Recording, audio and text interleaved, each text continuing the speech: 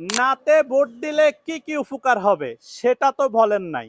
যারা গণভোটের নায়ের পক্ষে কথা বলতেছেন, যারা বলতেছেন নাতে ভোট দিবেন, তারা আজকে আমার কিছু প্রশ্নের উত্তর দিয়ে যাবেন, শেষ পর্যন্ত থাকবেন।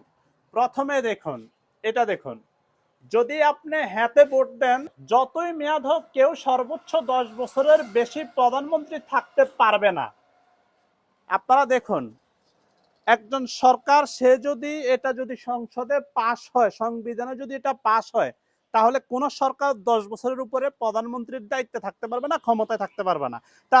এটা যদি হয়, তাহলে তার ভিতরে ভয় থাকবে যে 10 বছর পরে আমি ক্ষমতায় গেলে আমি যদি কোনো কুকর্ম করে থাকি, ক্ষমতার অপব্যবহার করে থাকি, তাহলে এটার জবাবদিহিতা আমাকে করতে হবে, এই ভয়টা থাকবে। আর এই যে দেখুন, দেশের বিচার ব্যবস্থা স্বাধীনভাবে কাজ করবে। যদি আপনি হ্যাঁতে ভোট দেন, দেশের বিচার ব্যবস্থা স্বাধীনভাবে কাজ করবে।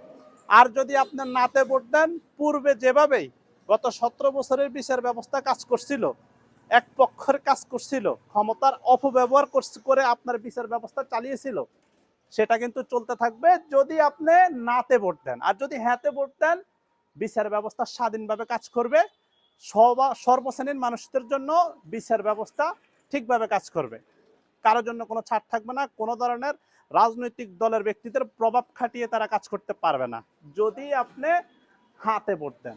আর যদি এখানে লেখা আছে নাতে ভোট দিলে কিছুই পাবেন না। এখন আপনারা যারা এই যে নায়ের পক্ষে, তারা আমার এই প্রশ্নের উত্তর দিয়ে যাবেন, আপনারা কি চান না দেশের বিচার ব্যবস্থা স্বাধীনভাবে কাজ করবে? এটা চান না? এটার উত্তর দিবেন। আপনারা কি এটা চান না যে একজন প্রধানমন্ত্রী সে 10 বছরের উপরে ক্ষমতায় থাকতে পারবে না?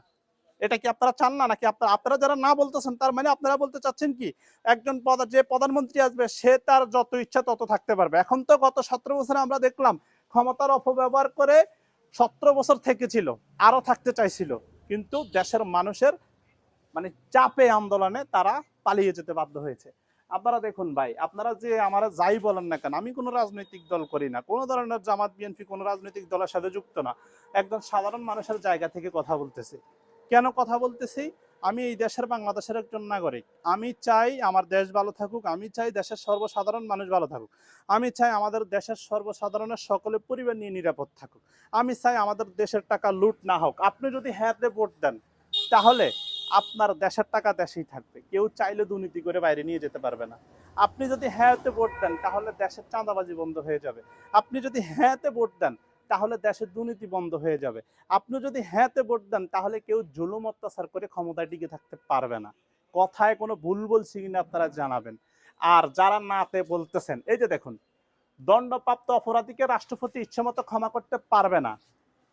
আগে কোনো দণ্ডপ্রাপ্ত, মৃত্যুদণ্ডপ্রাপ্ত আসামি, খুনি যারা খুন করে, তাদেরকে চাইলে রাষ্ট্রপতি মাফ করে দিতে পারত, কিন্তু হ্যাঁতে ভোট দিলে এই সুযোগ আর থাকবে না। এবং আগে দেখুন, রাষ্ট্রপতি ও প্রধানমন্ত্রীর ক্ষমতার মধ্যে ভারসাম্য থাকবে। আগে কিন্তু প্রধানমন্ত্রীর হাতে সব ছিল, রাষ্ট্রপতি চাইলেও কোনো হস্তক্ষেপ করতে পারতো না। আর এখন যদি হ্যাঁতে ভোট দেন, রাষ্ট্রপতি ও প্রধানমন্ত্রী ক্ষমতার মধ্যে, মানে রাষ্ট্রপতির হাতেও ক্ষমতা সমান থাকবে, প্রধানমন্ত্রীর হাতেও থাকবে। এবং আরো অনেকগুলো এখানে আপনার আছে, এই যে এই লিঙ্কে যদি আপনারা ঢুকেন গুগলে, তাহলে কিন্তু আপনারা আরো সবকিছু দেখতে পারবেন। তো মনে রাখবেন, আমি কোনো রাজনৈতিক দলের প্রতিনিধিত্ব করতেছি না, আমি সাধারণ জায়গা থেকে বলতেছি আমি হ্যাঁতে ভোট দেব। কারণ হ্যাঁতে ভোট দিলে এই দেশে আর স্বৈরা শাসক জন্ম নেবে না। হ্যাঁতে ভোট দিলে সাধারণ মানুষ ভালো থাকবে, হ্যাঁতে ভোট দিলে পুরো বাংলাদেশ ভালো থাকবে।